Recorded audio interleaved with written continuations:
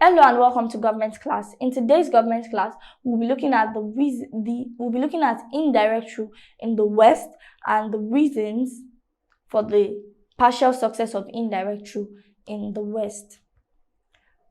The West, that is the West, by the West I mean the Yoruba part of Nigeria, was on a middle ground.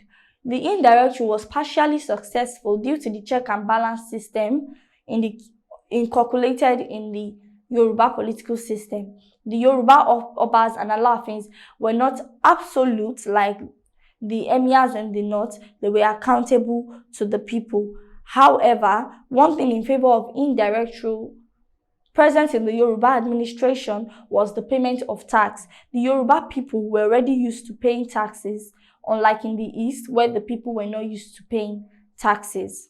The next thing we'll be looking at is the reasons for the partial success of indirect rule in the West. By the West, I mean the Yoruba parts of Nigeria. The first reason for the partial success of indirect rule in the West is the fact that the partial success and partial failure of indirect rule in the West is the fact that our Obas and Alaafins, they lacked Western education.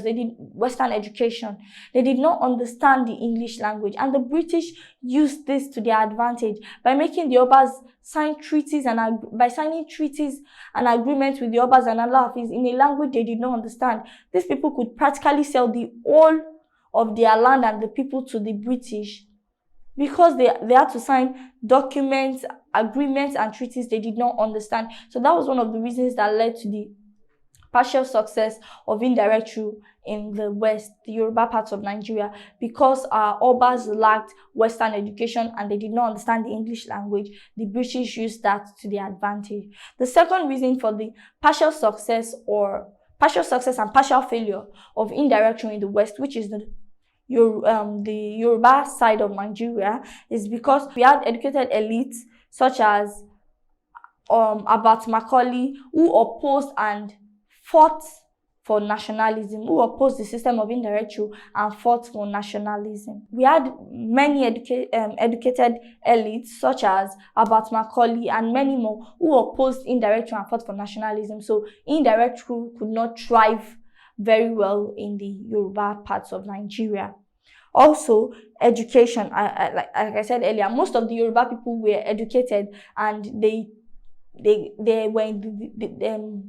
most of the Yoruba people were educated, and that put them in a position to question indirect rule. So, because they knew their rights, they knew that people from another country cannot just come to our land and come and be imposing what is not on us. They knew that it was wrong, so they could fight for it because they knew their rights. So education was one of the major reasons that led to the partial failure of indirect rule in the West, because the people knew their rights. They knew their rights, and that put them in a position to question indirect rule. The system was boycotted by educated elites because they were not allowed to participate in the administration. The fact that they did not allow the educated elites to participate in the administration of indirect rule, it made indirect rule a partial failure in the West, in the Yoruba part of Nigeria, because most of the people in the Yoruba part of Nigeria were educated, and the fact that you were not allowing these educated people to participate in the administration, it made them angry. It made the educated people angry, and they saw that they were not valued in the administration. So this was one of the major reasons that led to the fight for nationalism. The next is the system of indirect rule restored authority to the Alaafin of Oyo instead of the Oni of Ife, because the people of the Yoruba land then, they believed that Ile-Ife was their ancestral home, and they saw the Oni as their head. So when indirect rule came to the West, the Yoruba parts of Nigeria, the Lord Lugard tried to restore the authority of the Yoruba land to the Alaafin of Oyo instead of the Oni of Ife. So the people of the Yoruba land, they they rebelled against this decision. So it was one of the major reasons that led to the failure of indirect rule in the West, because because Lord Lugard tried to restore authority of the Yoruba land to the Alaafin of Oyo instead of the Oni of Ife. It led to the failure of indirect rule because the people already saw Ile-Ife as their ancestral home and the Oni as their head. The next reason for the partial success and partial failure of indirect rule in the West is because of the limited powers of the Oba and the Alaafins. Unlike the North, where the emirs had unlimited power, the emir had total power. Power was centralized in the emir. The emir was autocratic. The emir could do and undo. He could take advice or ignore the advice of his officials. In the western part of Nigeria, the Obas and the Alaafins, they could not do the same because their power was not centralized in the Obas. There was a system of check and balance in place whereby the Oyomesi could check the power of the Oba. In fact, the Oyomesi could depose the Oba.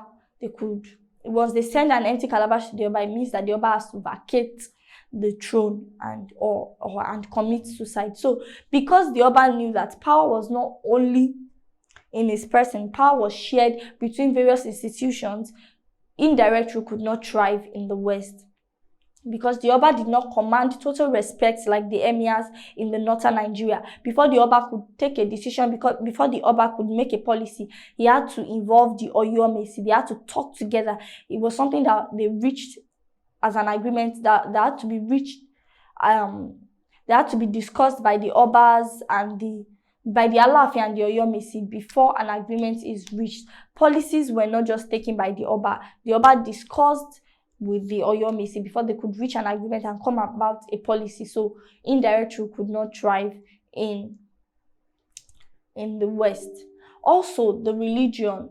Christianity was one of the major religions in the West as at that time, and Christianity is not as conservative and submissive as Islam, so indirect rule could not thrive in the West. And with this, we've come to the end of the class. In the next class, we'll be looking at indirect rule in Eastern Nigeria and the reasons for the total failure of indirect rule in Eastern Nigeria.